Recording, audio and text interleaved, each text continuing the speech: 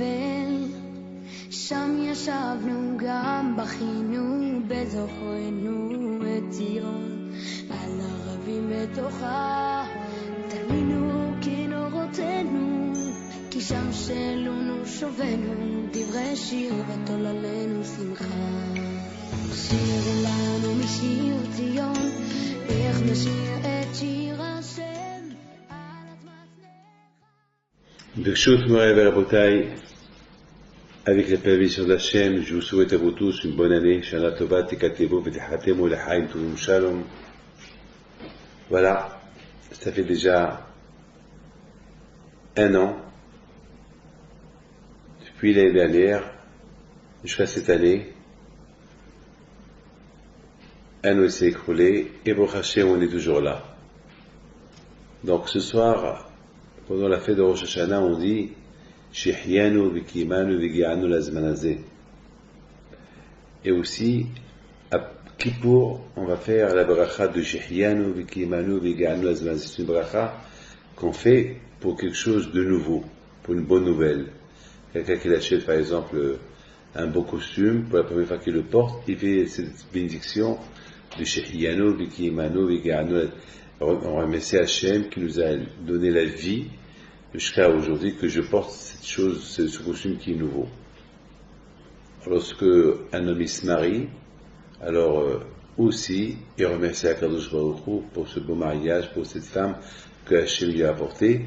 Donc il met, pendant qu'il met le talit, il fait Shehyanu, il pense à ce que Hachem aussi lui a donné. Et pour la nouvelle année qui va venir, si Dieu veut, grâce à Dieu, on est vivant avec toutes les épreuves de toute l'année. Baruch Hashem, on est là. Donc on dit merci Hashem, on est là.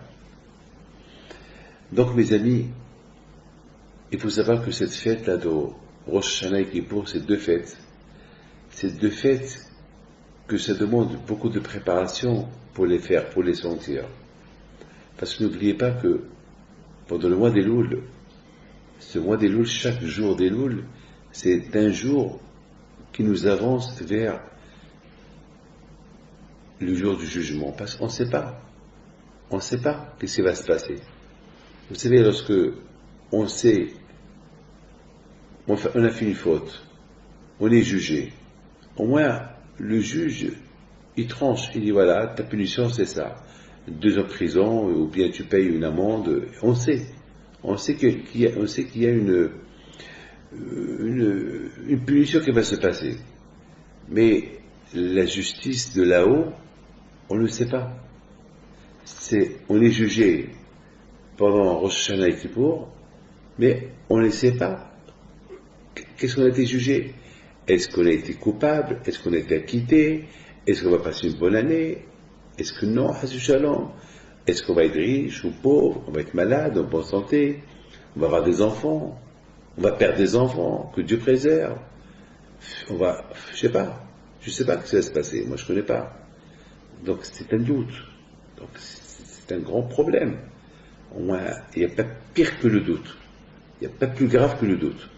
Il y avait, beaucoup de fois, ça arrive, des gens qui viennent chez moi, ils me disent, Rabbi David, j'ai un doute, je ne sais pas si ma femme elle me trompe ou pas, et je suis comme un fou.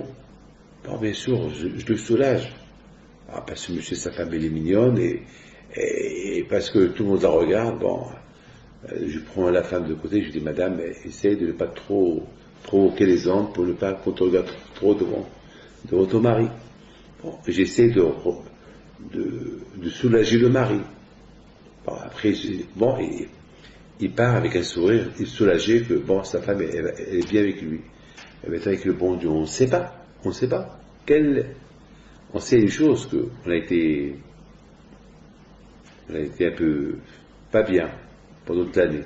Toute l'année, on a fait un peu de bêtises. Donc, quelque part, Kadosh Baruch Hu, a priori, il devait nous juger mal. Mais, on fait des shuvah, on fait pénitence, on fait la tzedaka, on prie.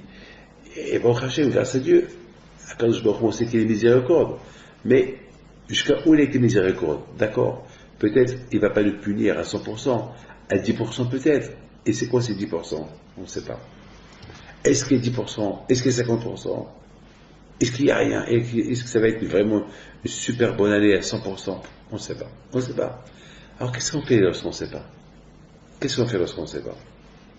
Eh bien, mes amis, lorsqu'on ne sait pas dans quel livre on a été jugé, ou le bon livre ou le mauvais livre, alors on ne prend pas des risques. Qu'est-ce qu'on fait? Ben, on s'engage à faire encore mieux des choses. Un peu les mitzvot, le respect du Shabbat, les parties familiales, prier, les tfilines, s'occuper un peu des pauvres, faire du bien, ne pas parler de médisance.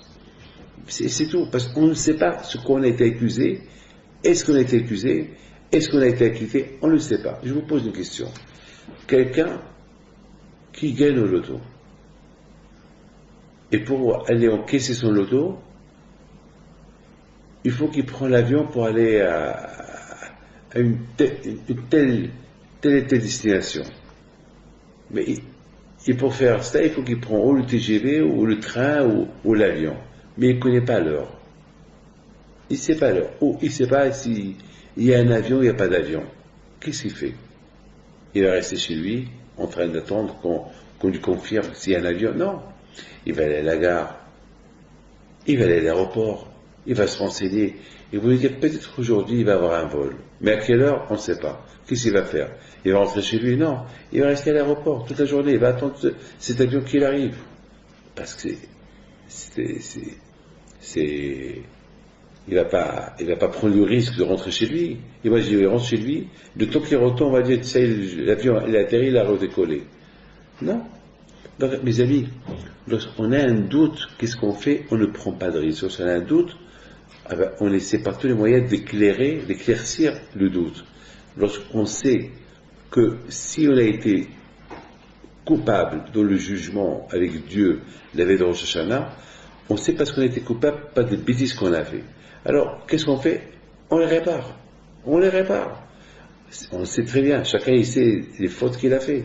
Chacun il sait, ne me dites pas qu'on ne sait pas. Chacun de nous il sait, plus ou moins on sait. On sait les bêtises qu'on fait. Donc, sachant les bêtises qu'on fait, pour les bêtises qu'on ne sait pas, le bon Dieu ne va pas nous punir. Maintenant, il va nous punir, il va nous juger uniquement sur les bêtises déjà qu'on connaît, qu'on sait. Les choses qu'on ne connaît pas, on ne connaît pas. On ne sait pas. Bien sûr, il faut savoir, mais si je ne sais pas, je ne sais pas. Il est bon, le bon Dieu, il n'est pas cruel. Donc, on ne prend pas des risques. Qu'est-ce qu'on fait? Eh bien, on fait teshuva. On se repentit. On s'engage à faire un peu plus des efforts dans la religion. C'est ça. Les amis, je voudrais étudier avec vous ce soir et essayer d'expliquer ensemble, on va essayer de comprendre un événement extraordinaire. Vous savez très bien que ce soir, c'est Rosh Hashanah. Rosh Hashanah, c'est la fête qui s'appelle la fête du chauffard, la fête de tous les éléments qu'on mange à Rosh Hashanah. Mais ça peut aussi le jour de la joie. Dans la Torah, c'est écrit « Uvyom simchatrem u'moadechem ». La Torah dit « Le jour de votre fête, qui est le jour de votre joie, sonnez le chauffard ». Mes amis, je voudrais simplement vous poser une question. Lorsqu'on entend le chauffard, c'est impressionnant, ça fait peur.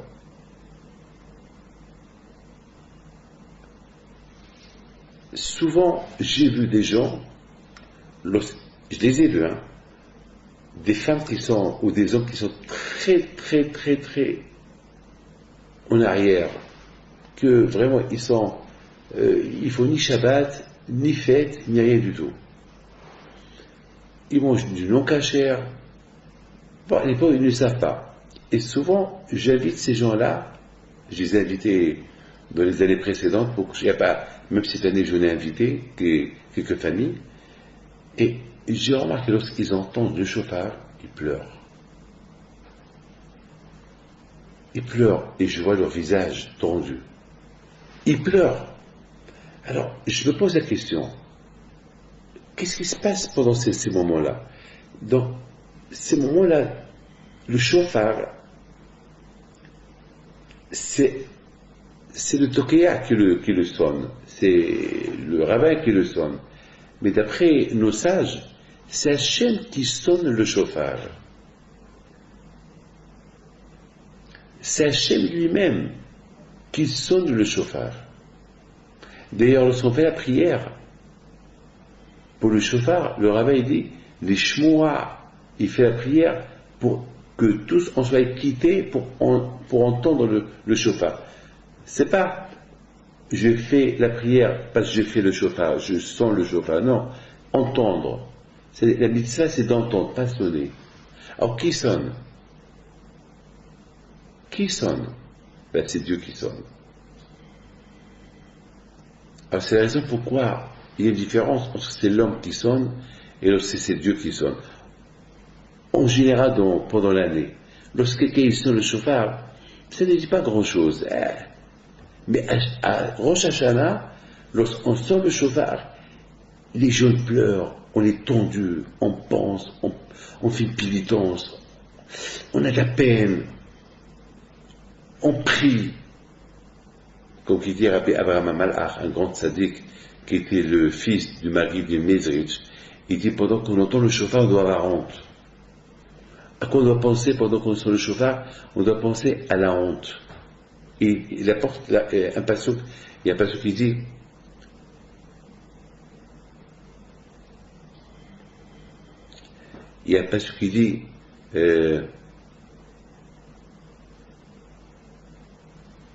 j'ai oublié le pasuk qui dit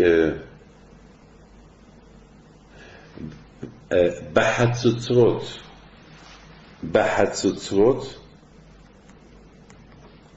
Vekol Shofar Hariaou Lifne Hashem. Il dit Bahatzotzrot Vekol Shofar Hariaou. Si on prend les premières lettres de chaque lettre, comme Bahatzotzrot, c'est le shofar. Bahatzotzrot Vekol Shofar Hariaou. Ça veut dire, lorsque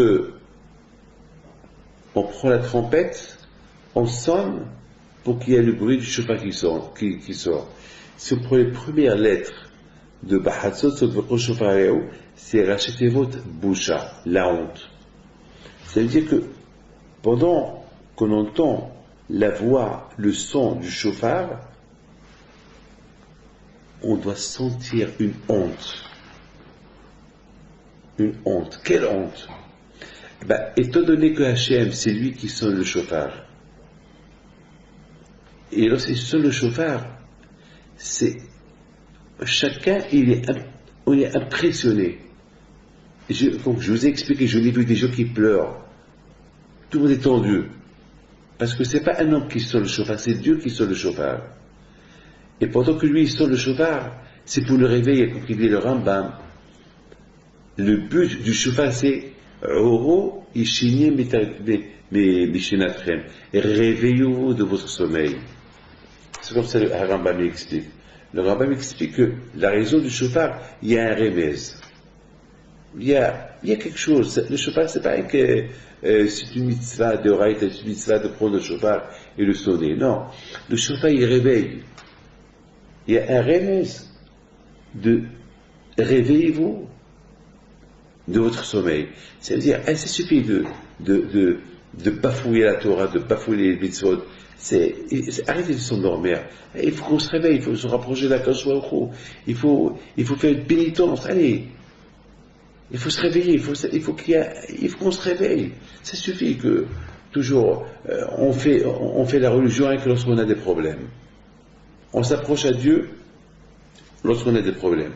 Et lorsqu'on n'a pas de problème, on ne connaît pas Akadosh Baruch Hu. Allez, réveillez-vous, ceux qui se dorment, réveillez-vous de votre sommeil. Allez, réveillez-vous. Donc mes amis, pendant que l'homme, je voudrais coller Rabbi Abraham Malach qui dit qu'il faut sentir la honte et les paroles du Rambam qui dit qu'il faut se réveiller. Réveillez-vous de votre sommeil. Ça veut dire que pendant que on sonne le shofar Rosh Hashanah, on pense tout le mal qu'on a fait à Kadosh Baruch Hu. on se réveille. Ça suffit. Encore qu'un jour, il nous réveille. Et pendant ces moments-là qu'on se réveille, on sent la honte. Après tout, comment? Et j'ai osé faire ça à Hachem, le roi des rois, avec tout ce que lui m'a donné. Il m'a donné une femme, les enfants, l'argent, la santé. Regarde bientôt qu'il y a la crise. Cette crise de la grippe porcine. Cette grippe-là qui fait peur. Partout les gens ont peur. Regarde combien des gens ils prient, combien des gens ils viennent. Il est chez moi rapide avec une bracha pour ne pas qu'il nous arrive quelque chose. La quelqu'un, combien des fois je vois des gens qui me font la tête, qui me disent même pas bonjour. Et lorsque ils ont une grave maladie dans la famille, ils viennent, ils s'inclinent, ils m'embrassent les mains, ils m'embrassent la tête, ils sont prêts à faire n'importe quoi. Ah, il faut qu'il nous arrive ça pour qu'on fasse des chauvins. Il faut que le bon Dieu nous réveille fort. Alors que je prie la fille avec nous dans le service, il nous réveille avec le chauffard. Il nous réveille avec le chauffard. Oh, Ishaatrim, oh, allez, réveillez-vous. Ben Adam, Malecha Nirdam, et homme, Amen. Réveille-toi. Qu'est-ce que tu dors? Qu'est-ce que tu dors? Allez, ça suffit. Ah, les vacances, et les voitures, et les maisons, et les discos, tout ça. Ah, ça suffit, allez, réveille-toi. Réveille-toi. Réveille-toi de ces choses. D'abord, un peu chez Akadosh Baruch Hu, un peu à la synagogue, prie un peu. Réveille-toi un peu. Ah, tu t'endors du côté spirituel, tu dors. Et du côté matériel, tu es super réveillé. Réveille-toi. Donc, une fois par an, à Rosh Hashanah, quand je me retrouve, il vient avec ce chauffard-là, il le sonne. Et lorsqu'il le sonne, alors les gens, ça nous réveille, ça. Je l'ai vu, je vous donne la parole d'honneur. J'ai vu plein de gens, ils pleurent, des gens athées.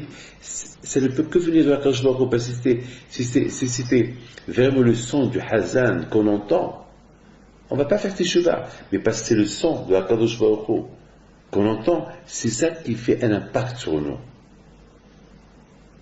N'oubliez pas une chose. À Rosh Hashanah, on est né. L'être humain est né, Adam Arishon est né à Rosh Hashanah. Donc c'est le jour de notre anniversaire. Même qu'on est né le mois d'août, septembre, octobre, novembre, décembre, janvier, février, mars, avril, etc., mais l'humanité, Adam Arishon, Hachem, il a créé le jour de Rosh Hashanah. Et dans Adam Arishon, il y avait tous les âmes, nous tous on était en lui. Donc c'est comme si nous tous, Hachem, il nous a mis au monde le jour de Rosh Hashanah. Donc c'est notre jour d'anniversaire, c'est notre jour de joie. C'est ce que Hachem il dit. Le jour de notre anniversaire, c'est le jour de votre joie. Allez, faites Teshuvah, utka'atem. C'est le jour de votre joie, mais de l'autre côté, c'est le jour de votre joie. Mais, regardez, vous êtes pourris, vous êtes sales, avec tout ça, avec l'autre que vous avez. Comment vous pouvez m'approcher pour qu'on fasse une fête ensemble? Allez, faites le chauffard, et si vous faites le chauffard, c'est moi qui va sonner le chauffard. Et là, je vais vous aider à faire tes chauffards. Je vais vous aider à dire que, il faut savoir une chose, on est tellement attaché au matériel, on est tellement attaché au Itzahara de toute l'année, c'est dur de faire tes chauffards. C'est dur, c'est très très dur. Donc le seul moyen qu'on puisse faire tes chauffards, si on a l'aide de Dieu, et Dieu nous aide à Rosh Hashanah, et chaque Kippour, il nous aide, lorsqu'il sort le chauffard, alors ça nous réveille. Lorsqu'on se réveille, on a honte. Donc c'est extraordinaire, c'est un cadeau du ciel que Akadosh Baruch Hu nous a donné, qu'on puisse faire la Teshuvah. On peut faire la Teshuvah. Pénitence. Se rattraper de tout le mal qu'on a fait, on demande à Akadosh Baruch Hu pardon. Vous voyez, pendant tout le mois d'Elul, on se prépare pour ce jour-là. On se prépare. Parce que vraiment, pour arriver à sentir le chauffard de Akadosh Baruch Hu, il faut une préparation d'un mois. On se prépare pendant un mois. Et chaque jour, c'est comme la femme qu'elle compte les jours qu'elle va aller au mikvé. Comme nous, lorsqu'on compte les 7 semaines du Homer, on comptera 49 jours jusqu'à Shavuot. Comme ça, Elul, on calcule 30 jours d'Elul jusqu'à Rosh Hashanah. Et à Rosh Hashanah, là on est prêt pour écouter le chauffeur de la Kadosh Baruch Hu. Ah, maintenant, il y a une question qui se pose. Après, il y a une contradiction le jour de Rosh Hashanah. D'un côté, Kadosh Baruch Hu nous dit il faut être heureux, il faut être content, il faut manger, il faut s'habiller bien. Et d'autre côté, on nous dit c'est le jour du jugement. C'est grave. Alors, c'est un peu, ça fait peur. Est-ce que vous avez vu quelqu'un qui est convoqué chez un juge pour des fautes graves et on lui dit éclate-toi, sois heureux, sois content, n'aie pas peur? Impossible. C'est pas possible. C'est pas possible qu'on ait convoqué chez un juge pour des fautes graves qu'on a commis et on va me dire n'aie pas peur, c'est un juge qui est bien, n'aie pas peur. C'est pas possible. C'est pas possible. C'est pas possible. C'est pas logique. C'est pas logique. 2 fois dans ma vie, j'étais convoqué chez un juge, ben, j'avais peur. Mais pour une fois, je n'avais rien à me reprocher. Malgré tout, j'avais peur. Une fois, j'allais me reprocher, mais pas j'ai fait une mitzvah. J'ai fait une mitzvah, mais bon, je l'ai convoqué. Après, Baruch Hashem, il m'a acquitté, c'était un non-lieu, mais quand même, j'avais peur. Mais alors, imaginez-vous, pour des fautes très très graves, on ne va pas me dire, réjouis-toi avant que tu rencontres le juge, c'est impossible. Alors comment? Hachem, c'est le juge. Il va nous juger pour des milliards de fautes qu'on a fait pendant toute l'année. Et de l'autre côté, on nous dit, il faut être content. C'est impossible. C'est impossible. Comment je vais être content? Alors, il faut savoir une chose. Le jour de Rosh Hashanah, il est différent. Tout ce qu'Akadosh Baruch Hu, il veut nous apprendre à croire en lui. Comment on peut croire en lui? Il nous dit, voilà, à Rosh Hashanah, je vais vous juger pour fautes graves, pour toutes les fautes que vous avez faites, mais si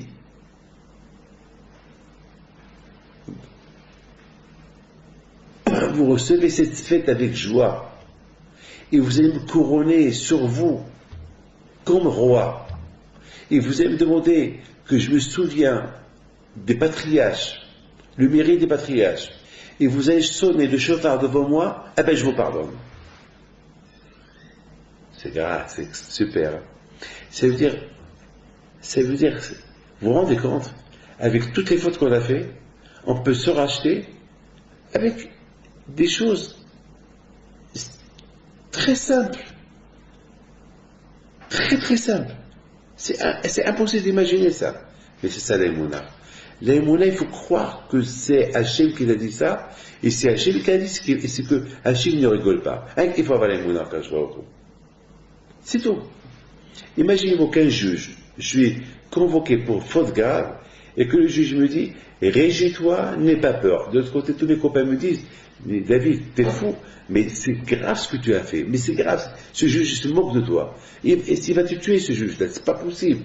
Alors, regarde, tu as fait ceci, c'est impossible, des milliards de fautes, c'est impossible.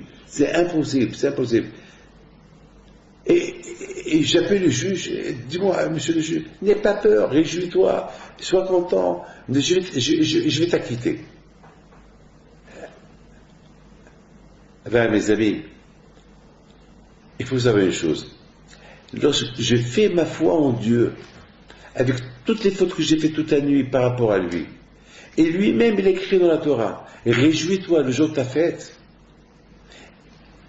et que je sais que je vais te juger le jour du jugement, et ce jour du jugement il me dit réjouis-toi de ta fête, alors il ne me reste qu'à lui faire confiance. Et si je lui fais confiance, c'est sûr que je suis acquitté. C'est ça la Emouna. Je pense, mes amis, que Rosh Hashanah, c'est le jour de la Emouna. Rosh Hashanah, c'est le jour parce que toutes les fautes qu'on a fait toute l'année, c'est parce qu'on n'a pas eu assez de Emouna par rapport à Kadosh Baruch Hu. Parce que si on avait la Emouna à Kadosh Baruch Hu, on a pu faire toutes ces fautes-là. C'est impossible. Parce que on a négligé. Et le fait qu'on a négligé, c'est le manque d'Emouna. Est-ce qu'on peut négliger un billet de 500 euros et le brûler, le déchirer? On sait ce qu'il vaut. On sait ce qu'il vaut. Et Hachem, on ne sait pas ce qu'il vaut. Et les mitzvot, on ne sait pas ce qu'il vaut. Et on les a négligés. Vous avez vu quelqu'un qui prend un billet de loto, qu'il a gagné 100 millions de dollars, il va l'enrouler, pour allumer une cigarette, il va l'allumer avec ce billet-là, de loto. Il va l'allumer d'une braise de feu pour allumer sa cigarette. Avez-vous, il faut être fou pour faire ça. Nous, on sait les bêtises qu'on a fait. Et on les a fait. On sait combien on a triché avec le bon Dieu. Et on a triché. Et on a triché. Alors ça veut dire que si on a triché, c'est qu'il y a eu ici un manque de volonté pour ne pas tricher.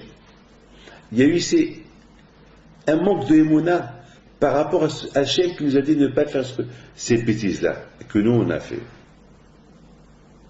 Et voilà, quand je vois qu'il vient à Rosh Hashanah, il nous dit, avec laquelle vous avez fauté avec moi, vous allez réparer. Vous avez fauté avec moi, avec le manque d'émouna, là vous allez vous renforcer dans l'émouna. Quelle émouna nous demande? L'émouna que je vous demande, réjouissez-vous le jour de votre jugement. Et si vraiment vous allez vous réjouir le jour de votre jugement, je vais vous acquitter. Aïe, aïe, aïe, aïe, aïe, c'est tellement simple et beau. Ah, maintenant, on a compris que c'est dur d'un côté qu'on nous demande d'être content, et de l'autre côté, on nous demande d'être. De l'autre côté, on nous dit c'est le jour du jugement. Comment on peut être content le jour du jugement? Eh bien, c'est tout dépend de la émouna. Si on a la émouna, on a Kadosh Baruch Hu, c'est bébé, on a une grande émouna. Puis c'est Hachem qui a dit de faire cela, alors il faut aller aveugle. De toute façon, c'est le jour du jugement. De toute façon, c'est Yom Ad-Din, c'est Yamim Noraim, c'est Rosh Hashanah. Alors, et c'est Hachem qui a demandé. Alors, il faut l'écouter. Et tu l'écoutes. En Bretagne, lorsqu'on se réjouit avec cette émouna à Kadosh Baruch Hu, combien c'est tellement important que on prend avec nous cette émouna qu'on vient de renouveler avec le bon Dieu pour toute l'année. Parce que Rosh Hashanah, c'est on renouvelle le royaume de Dieu. C'est écrit dans nos sages qui disent que Hachem, il nous demande à Rosh Hashanah de le couronner comme roi. Avec quoi on va le couronner comme roi? Avec la Torah. La Torah s'appelle Keter Torah. La Torah, c'est la couronne. Avec quoi on peut venir chez Kadosh Baruch Hu pour le charrier, pour qu'il nous inscrive dans le livre de la vie? Et lorsqu'on se comporte, on lui promet, ça y est Hachem, ça y est, ce que j'ai fait jusqu'à maintenant, j'arrête, je me réveille, je vais commencer à faire Torah et Mitzvot, je te couronne, avec la Torah je te couronne. Bir ktirot tzadikim kitigmo alay. Hachem il dit, les tzadikim ils vont me couronner. Comment ils vont me couronner les tzadikim? Avec la Torah. Lorsqu'on s'engage, un jour de Rosh Hashanah, j'ai la émouna, je vais être heureux, je vais être content le jour de Rosh Hashanah. Hachem, il va m'inscrire dans le livre de la vie. Je suis super content, je suis super heureux. C'est ce que Hachem il veut. Hachem nous dit dans la Torah, le jour de votre fête, le jour de votre anniversaire, soyez heureux. Et de l'autre côté, après il nous dit, sonnez le chauffard. Comment on peut être heureux le jour de la fête, lorsqu'on entend le chauffard, et surtout c'est Dieu qui sonne le chauffard, c'est impossible d'être heureux. Mais si j'ai la émouna à Kadosh Baruch Hu, c'est ça la volonté. Il veut que je sois content ce jour-là. Eh bien, je vais être content ce jour-là. J'ai la émouna. Ouais, chef. Et le chauffard, il a peur. Et je vais avoir peur. Et je vais être content. Et je vais avoir peur. Et je vais être content. Et je vais avoir peur de lui. Et c'est ça qui va me rendre un bon juif pour le reste de l'année. Prenez avec vous un peu des bonnes paroles, un peu des résolutions, et faites tes chevaux. Mes amis, j'ai vu dans Ba'alatania, Rabbi Shileo Zalman al Shalom, qu'il explique que pendant cette période de Elul et jusqu'à Kippour, il y a 40 jours. Le mois d'Elul, 30 jours, et de Rosh Hashanah jusqu'à Kippour, il y a 10 jours, ça fait 40 jours. Pendant ces jours-là, il faut qu'un homme, l'homme, il se travaille très fort pour qu'il développe sa propre identité. J'explique ces paroles. Comment on peut se travailler pour développer notre propre identité? Eh bien, il faut savoir une chose, qu'à l'intérieur de chacun de nous, il y a un étincelle saint, un nitzutz, un étincelle. Et cet étincelle, il est vivant. Il fait partie de Dieu. Mais lorsque malheureusement, on s'accroche au matériel, cette étincelle, le pauvre, on le met de côté. Il est bafoué, il est dans un coin, quelque part. Mais lorsque, pendant ces périodes de Rosh Hashanah et les périodes de Elul, on commence à entendre le shofar, et on commence à faire teshuvah, alors cette lumière qu'elle est dans l'âme de l'homme, il se réveille. Et ça dépend de l'homme. Ça dépend de la volonté de l'homme. Lorsque l'homme il fait cette teshuvah, alors cette étincelle, il se dévoile de l'intérieur, il va s'extérioriser de l'intérieur, il va redevenir là. Cette lumière qui était cachée quelque part, qui est cachée dans le corps de l'homme et qui a été souillée, bafouée, salie de le corps de l'homme par les fautes qu'on fait, lorsqu'on commence à faire teshuvah, on la refait revivre. Elle va nous aider. Et je pense à Botaï, un homme, il faut qu'il cherche. Il faut qu'il se cherche. Malheureusement, à cause des fautes qu'il a fait, il s'est déconnecté de Akadosh Baruch Hu. Et lorsqu'il fait teshuvah, il se reconnecte à Akadosh Baruch Hu. Et je pense, c'est ça le passage qui dit, Dirshu Hashem et Matzo. Demandez à Hashem, parce qu'on peut le trouver. Appelez-le parce qu'il est à côté. Donc ce nitzut, cette étincelle à l'intérieur de l'homme, il se réveille pendant le mois d'Elul, il se réveille pendant Rosh Hashanah, il peut se réveiller. Il s'est hassu sur l'homme, il ne s'est pas réveillé, c'est grave. C'est qu'on n'a pas cherché à chercher à Kadosh Baruch Hu, il est à côté. Peut-être à Kadosh Baruch Hu, il est loin pendant toute l'année, mais à Rosh Hashanah, il est à côté. Il dit au prophète, Dirshu Hashem b'matzu. Demandez à Hashem, il est à côté. Bakshou, demandez-le. Appelez-le, il est là. Il est à côté de toi. Donc, mes amis, c'est super. Donc, on comprend. D'un côté, Akadosh nous demande de se réjouir. Bien sûr, on peut sentir cette joie à Rosh Hashanah. Si pendant le mois d'Elul, on a fait teshuvah, on a fait bonne pénitence, et on a extériorisé cette lumière qui vient de Dieu, qui était cachée quelque part dans le corps. Maintenant, elle vient, avec la teshuvah, elle va éclairer tout le corps. Elle va nous aider à faire encore plus teshuvah. Elle va nous aider à découvrir encore plus Akadosh Baruch Hu. Et puis, la joie, elle est super. Imaginez-vous quelqu'un que le matin, il n'arrive pas à se lever le matin pour aller à la prière. Et à la fin, il se renforce, il va à la prière. Après la prière, il se sent pas bien. Il se sent soulagé. Il se sent bien. Il est bien. Il y a beaucoup de gens qui, c'est dur pour eux de faire la mitzvah, mais dès qu'ils la commencent, ils sont contents qu'ils l'ont commencé. Une fois qu'ils l'ont fait, ils ne vont pas regretter pourquoi ils l'ont fait. Ils se sentent soulagés, ils se sentent super bien. Eh bien, justement, c'est ça. Lorsqu'on cherche Dieu, on le trouve, on est super content. Et lorsqu'on est content, on ne va pas sentir de jugement. Même que le jugement fait peur, on ne va pas le sentir. Les amis, je voudrais vous poser une question. Écoutez bien, on sait que c'est péché de fauter. Comment on a commencé à fauter? Comment ça a commencé? Et on a commencé, mais comment on a commencé? C'est une question que je vous pose. Je sais, David Pinto, il sait que c'est péché de critiquer quelqu'un. Je sais que c'est péché de regarder une femme et avoir plaisir en la regardant. Je le sais. Alors, comment ça arrive qu'on faute?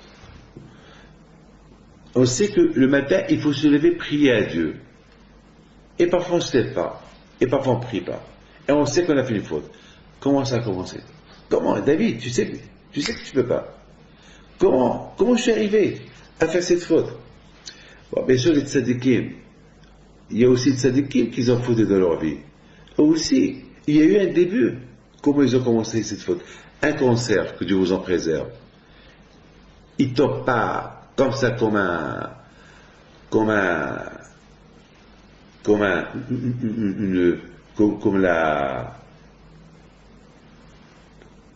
éclair.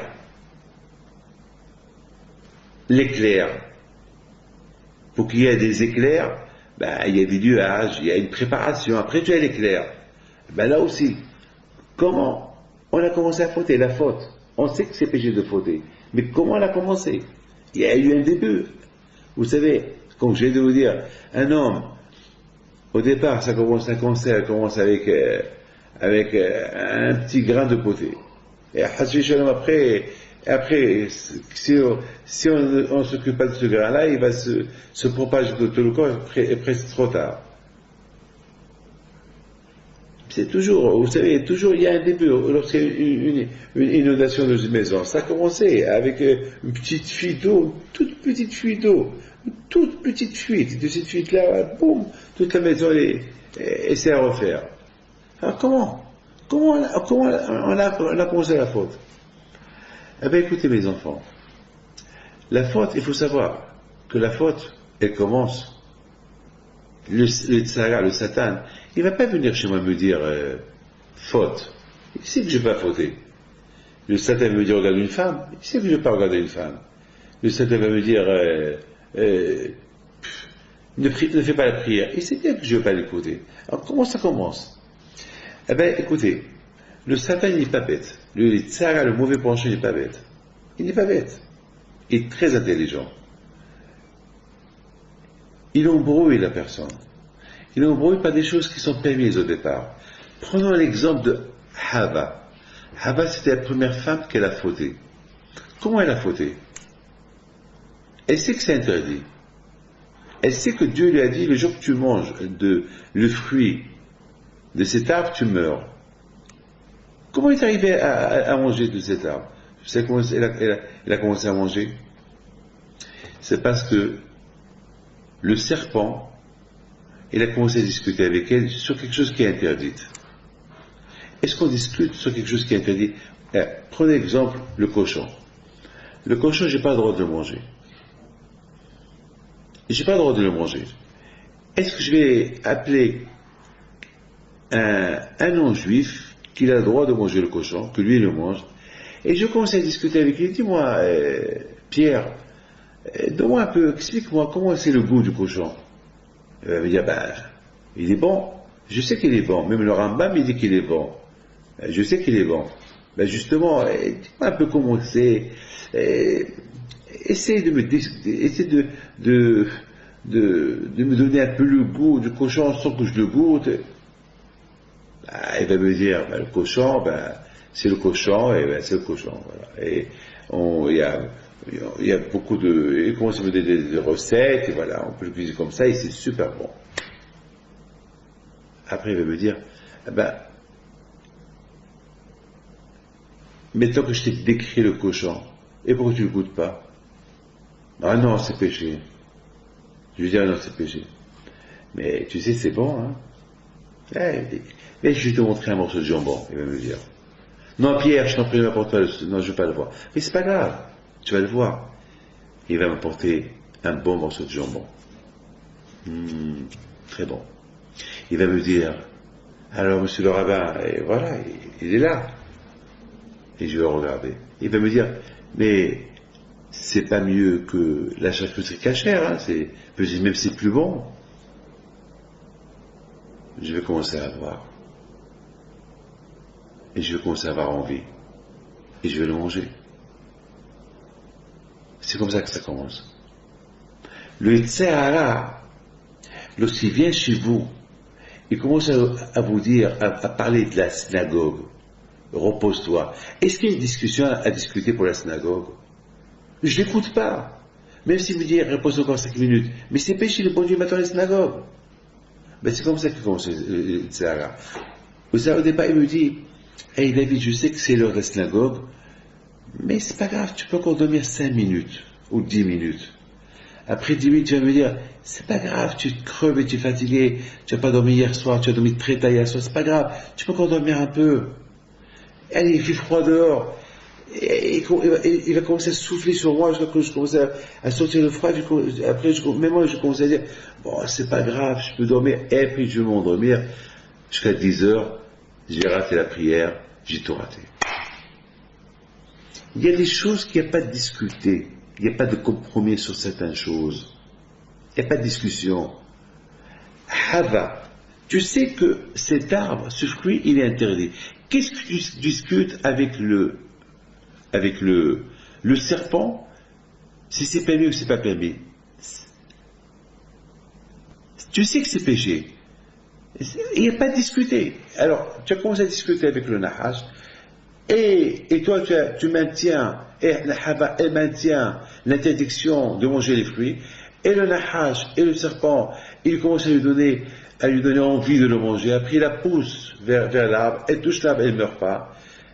Et puis, qu'est-ce qui se passe? Il a tellement fait un bourrage de crâne sur ce fruit, elle le regarde. Elle tombe amoureuse du fruit, elle a envie, elle le mange. Voilà comment on commence à faire la faute. La faute, on commence à la faire lorsque on sait que c'est péché de la faire, et lorsqu'on commence à trouver, depuis le départ, certaines permissions de faire comme ça, de trafiquer la chose. Dès qu'on commence à trouver des permis, se permettre à faire cette interdiction de la Torah, ou la faire indirectement, ou rien qu'elle l'a touché, etc., à la fin, que Dieu préserve, on l'a fait. Je vous raconte une chose. Une fois, j'étais à Londres. Je devais partir en Israël. Et il y avait des informations. Et je crois qu'il y avait un tremblement de terre quelque part.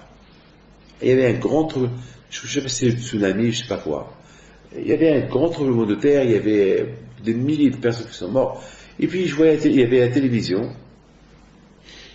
À l'aéroport, il y avait une grande télévision et tout le monde était là en train de voir les informations. Je me suis dit, je voyais de loin la ville entière détruite, et je voulais voir combien de dégâts il y a eu, qu'est-ce qui s'est passé. Je suis rabbin, je suis obligé de savoir ce qui se passe dans le monde. Les gens me posent des questions, il faut que je sache. Et puis j'approche, et il y avait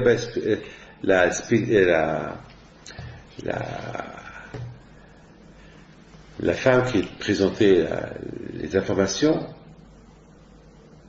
et je voyais les informations, et après ça passait au football. Le football ne m'intéresse pas. Bon, ce que je voulais savoir, c'est les informations. Je vais en Israël, je retourne à Lyon, et pendant que j'étais en train de faire la Hamida, les informations que j'ai vues à Londres, avec la spectrice, elle était là en train de les dire. Tremblement de terre, tel était l'endroit, sur 7 degrés sur l'échelle de Richter, etc. Après, j'ai dit, David, ça c'est les informations il y a 2 jours, qu'est-ce que tu es en train d'écouter là? Qu'est-ce que tu rêves là? Pendant 5 ans, chaque fois que je fais la Hamida, cette femme-là, elle vient avec ces informations. C'est ça qu'une fois j'ai dit, bon Dieu, Hachem, je devais pas voir ces informations. Surtout si c'est une femme qui les donnée. Et surtout moi, je dis à tout le monde, il ne faut pas voir les femmes, et moi, je vois les informations. Et comment ça a commencé? Ça a commencé que j'entends un son, les informations. Et puis, j'ai tourné la tête pour voir ce qui se passe. Ça m'intéressait. Il y a eu beaucoup de morts, des milliers de morts, je veux voir ce qui se passe. Mais David, dès que tu vois une femme, que c'est elle qui donne les informations, tu aurais pu tourner ta tête, tu ne vois pas. Mais c'est ça, il y a eu un début. Le Satan, il a dû me dire, mais c'est rien, elle est vieille, elle a dépassé la soixantaine. Ouais, elle a dépassé la soixantaine, mais voilà, elle t'embête. Voilà. Voilà. À chaque chose, il y a un début. Il faut faire attention au début. Il faut faire attention au début. C'est le début le plus embêtant, c'est le début. Lorsqu'il y a une mitzvah qui arrive vers vous, il ne faut pas rater le début. Tu rates le début, tu as tout raté. De même, une avera. L'avera, elle est là. Pour que cette avera-là, elle a un début. Mais tout dépend qui tu es. Si tu es très religieux, le Satan, il va te faire cette avera avec un début que jamais tu sauras que c'est une avera que tu es en train de faire. Indirectement, il va te faire. Mais si tu n'es pas trop dans la Torah, il va te pousser à la faire directement. Eh bien, la bouteille, c'est ça Rosh Hashanah. Rosh, c'est la tête. Fais attention au début. Rosh, c'est la tête. Fais attention au début. Fais attention au début de la mitzvah, ne la rate pas. Fais attention au début de la avera. Fais attention à ce que tu es en train de faire. Est-ce que ce n'est pas une avera trafiquée, masquée? Et c'est pas une avera masquée que tu es en train de faire. Après, tu vas découvrir que ce que tu as fait, c'est vraiment une avera splendide que tu as fait. Et après, tu vas regretter. C'est ça, Rosh Hashanah. Les amis, il faut savoir tous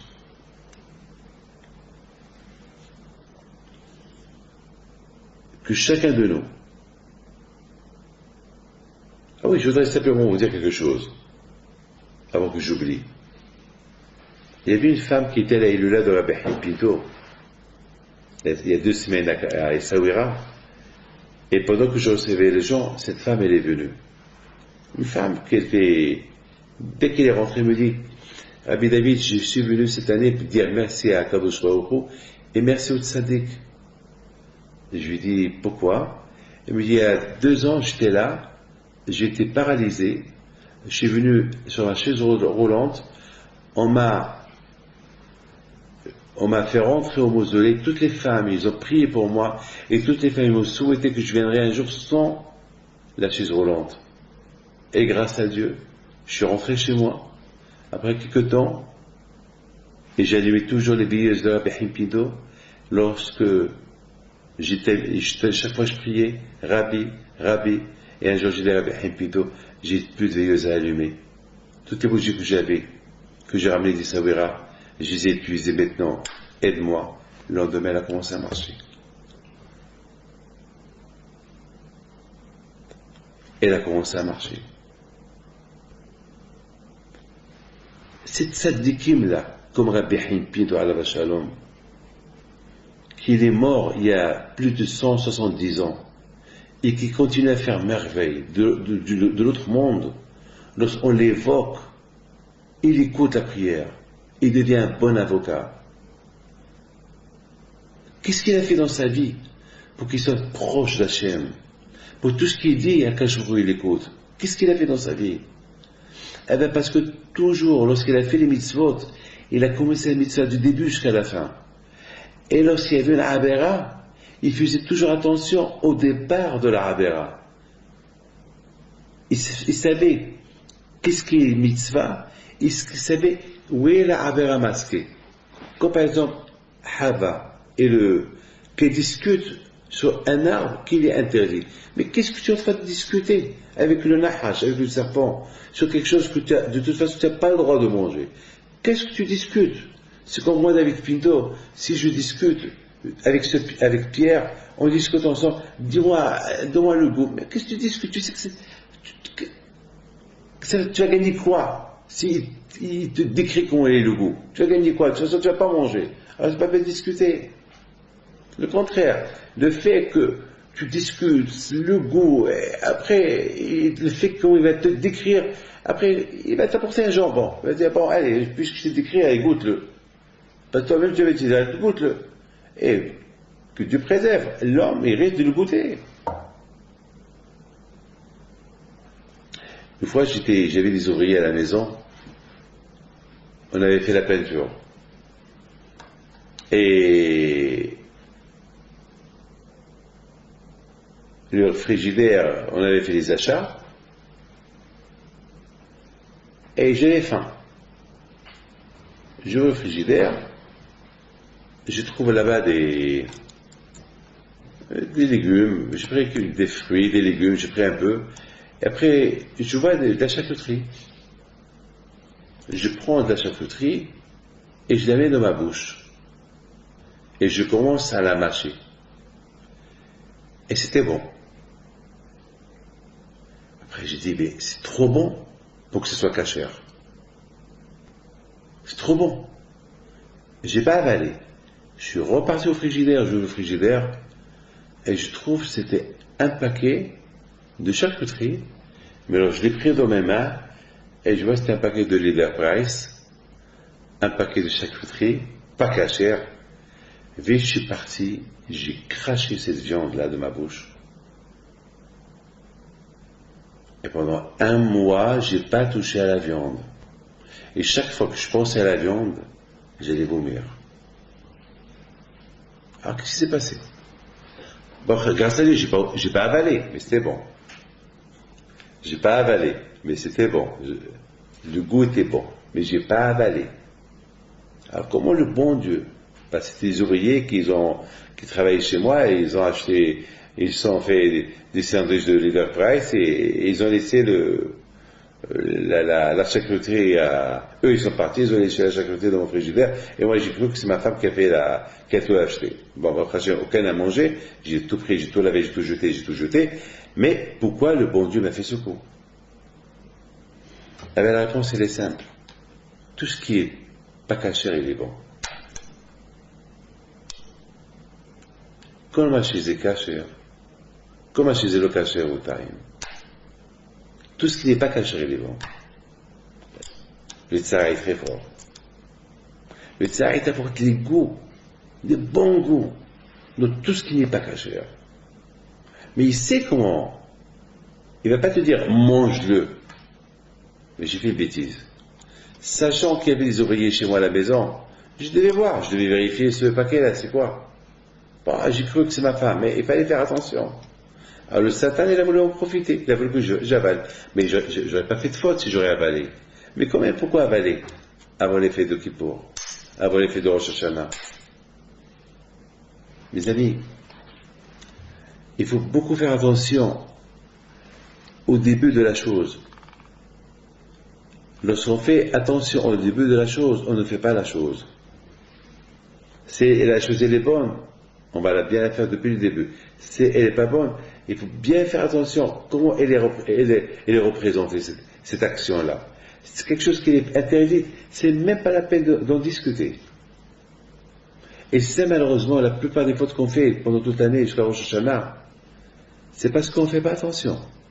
Parce que le Satan, il nous provoque avec des choses qui sont interdites, mais il nous fait un détournement, soi-disant, quand une femme qu'elle passe, tu la vois pas, mais regarde si le parfum qu'elle a mis, c'est un bon parfum pour la chérie de ta femme. Ta femme, ça fait longtemps que tu as pour la fête des mères. Hein? Valentine. Achète-lui un cadeau. Achète-lui un beau parfum comme celui-là. Mais le Satan, il t'a pas dit de regarder cette femme. Non. Rien que sentir le parfum. Mais qu'est-ce qui va se passer? Une fois que tu as senti un parfum d'une femme qui n'est pas la tienne, alors de là déjà tu as ouvert l'appétit. Indirectement tu vas commencer à voir, mais c'est qui cette femme qui met ce parfum-là?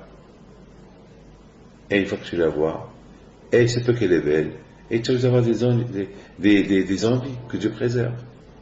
Et c'est pas que ça, il y a plein de choses. Je me rappelle, il y avait une femme qui était à l'hôpital. Et cette femme-là a été entre la vie et la mort. Et moi aussi j'étais à l'hôpital.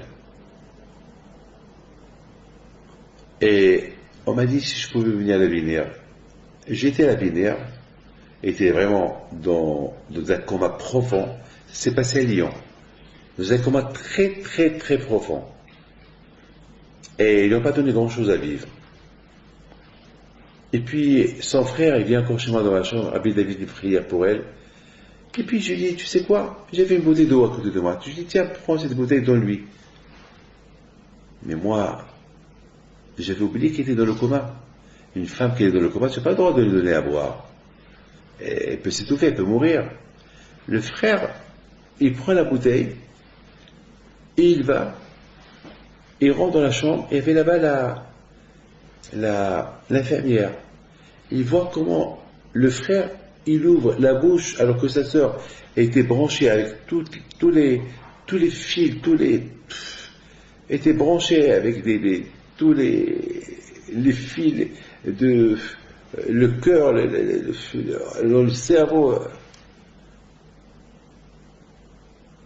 Et lui dit, qu'est-ce que tu fais? Et lui, il était en train de lui enlever comment ça s'appelle, il avait un appareil dans la bouche, avec quoi il respirait, et il était en train de lui enlever pour lui mettre là-bas de l'eau. Il lui dit, mais t'es fou, mais tu vas le tuer. Il n'écoute pas, il lui enlève et lui met de l'eau. Vite, elle fait l'alerte. Comment ça s'appelle, les policiers sont venus, ils l'ont arrêté. Les infirmières, les docteurs, tout le monde est venu. Dès qu'ils l'ont arrêté, c'est un assassin, c'est un criminel. Et ils ont dit, qu'est-ce que tu fais? Ils l'ont arrêté. Et entre-temps, la femme, les médecins, ils ont commencé ils ont voulu réanimer la patiente, la malade. Elle ouvre ses yeux, et leur dit, ne me touchez pas. Et il dit à son frère, ajoute-moi encore un peu d'eau. Mais les médecins, ils ont dit non.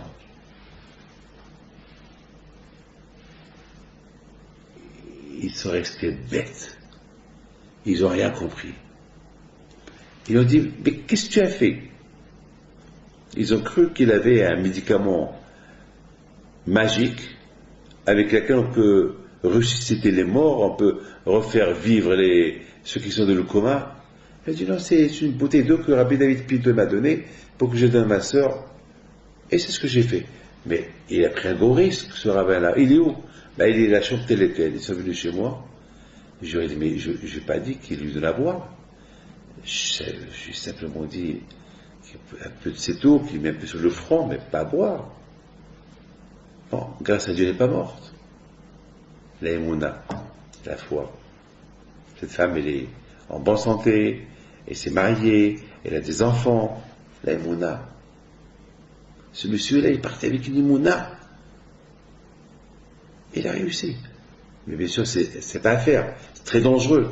Mais bon, c'est pas tout le monde qui a l'émouna comme ça. Bon, il a une émouna, il a réussi. Il faut s'attacher à Dieu. Avoir l'émouna quand je vous à 100%. Mettons, voilà, si Dieu veut, on est lavé de Rosh Hashanah. Rosh Hashanah, il va se terminer. Et c'est Kippour. Et selon la suite de Kippour, selon la suite de Rosh Hashanah, ça va se déterminer Kippour. Parce que de toute façon, ce qui est fait est fait. Une fois que Rosh Hashanah se termine, ce qui est fait est fait. Ah, maintenant, mais il y a le doute. Qu'est-ce qui a été fait? Dans quel livre je suis? La vie, l'autre livre, des moyens. Je suis acquitté, je suis pas acquitté. Alors quoi? Mais j'étais content hier. Je vais lui dire, mais pendant Rosh Hashanah, j'étais content. J'ai l'émouna en Dieu. Ah, tu as l'émouna, t'as pas peur. Tu étais content, n'aie pas peur. Très bien. Mais il faut que je continue cette joie après Rosh Hashanah. Il faut pas que si j'ai été acquitté à Rosh Hashanah, il faut pas que je m'enfonce entre Rosh Hashanah et Kippour. Il faut que la Teshuvah, elle continue, elle progresse. Il faut que je progresse. Après toi, Hachem m'a fait avec moi un service. Il est miséricorde. Il m'a pardonné.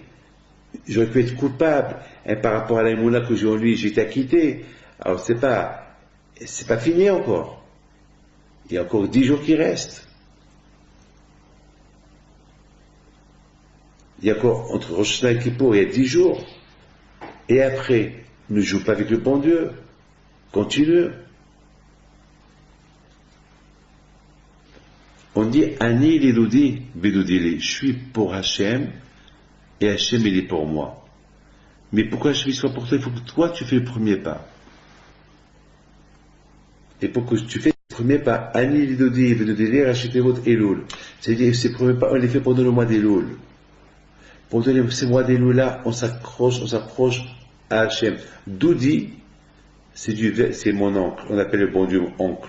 Mais aussi Dodi, c'est du verbe dad. Dad, c'est les seins d'une femme. Une femme, elle allait son enfant avec ses seins. Et s'il n'y a pas le lait dans les seins, eh ben l'enfant, il va mourir.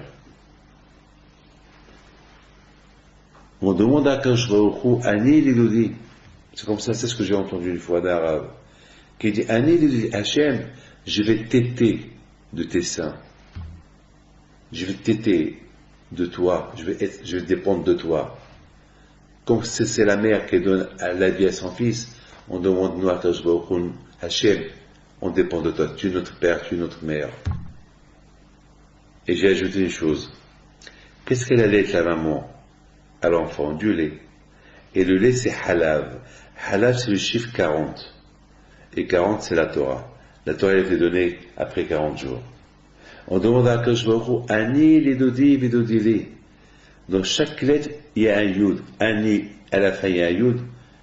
Lidodi, à la fin, il y a un yud. Vidodi, à la fin, il y a un yud. Li, à la fin, il y a un yud. Yud, yud, yud, yud. C'est 3 fois 10, ça fait 40.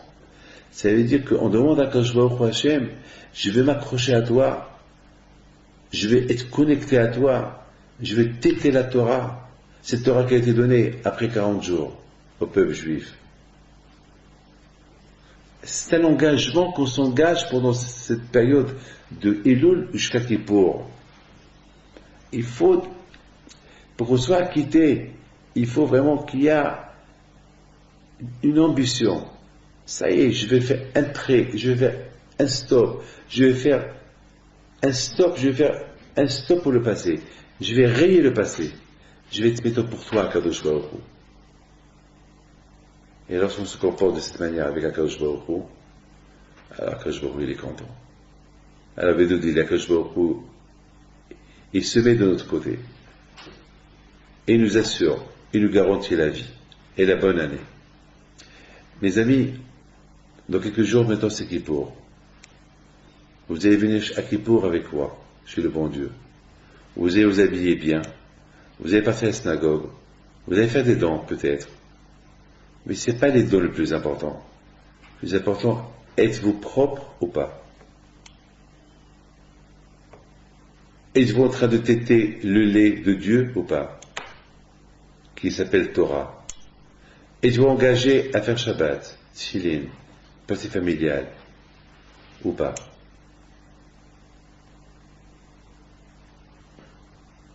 Voilà.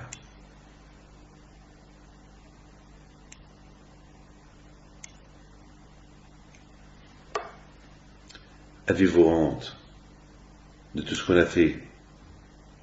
Et lui, il nous maintient en vie. C'est ça. Chacun de nous, il doit se renforcer pendant ces jours-là de Rosh Hashanah et Kippour. Parce qu'Hachem, il est à côté, et c'est les meilleurs moments. C'est les moments à en profiter. Dommage de les rater. Celui qui les rate, il a tout raté. À Kippour, vous allez vous renforcer dans la Teshuvah, si Dieu veut. Alors je vous souhaite à vous tous une bonne fête de Kippour. Que vous soyez tous inscrits dans le livre de la vie, Keneratson. Que le bon Dieu vous protège. Que le bon Dieu vous donne la santé, si Dieu veut. Une seule chose je vous demande. Montrez à Dieu que vous êtes prêts à faire des efforts pour lui. Je sais que c'est pas facile, c'est dur. Vous voulez que Dieu fasse des efforts avec vous. Il les fait déjà. Il vous maintient. Revenez vers lui.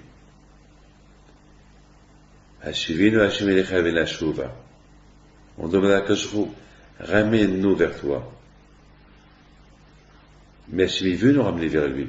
C'est à nous de vouloir accepter que Dieu nous ramène vers lui. Ça va être super, super beau. Alors, Annie les deux dit, qu'on fait le premier geste, Hachem, je vais aller vers toi. Alors, tu vas voir, vous allez voir. Mais Dodili, il va venir vers nous. Mais il faut que la première pas soit non. Parce qu'il veut. Mais il faut qu'on demande. Mes enfants, si Dieu veut, à partir du samedi soir, avant Kippour, je vais donner un cours live que vous pouvez voir si vous avez le temps, la veille de Kippour, dimanche, qui va être la veille de Kippour. Je vais tout faire pour que, je vais voyager aux États-Unis et je retournerai que si Dieu veut avant Kippour. Je penserai à vous, hein. Mais je ferai tous les efforts pour venir vers vous la veille de Kippour, si Dieu veut. Et n'oubliez pas de bien prier pour vous, pour la famille, s'engager, accepter sur vous un famille mitzvah, le respect des parents.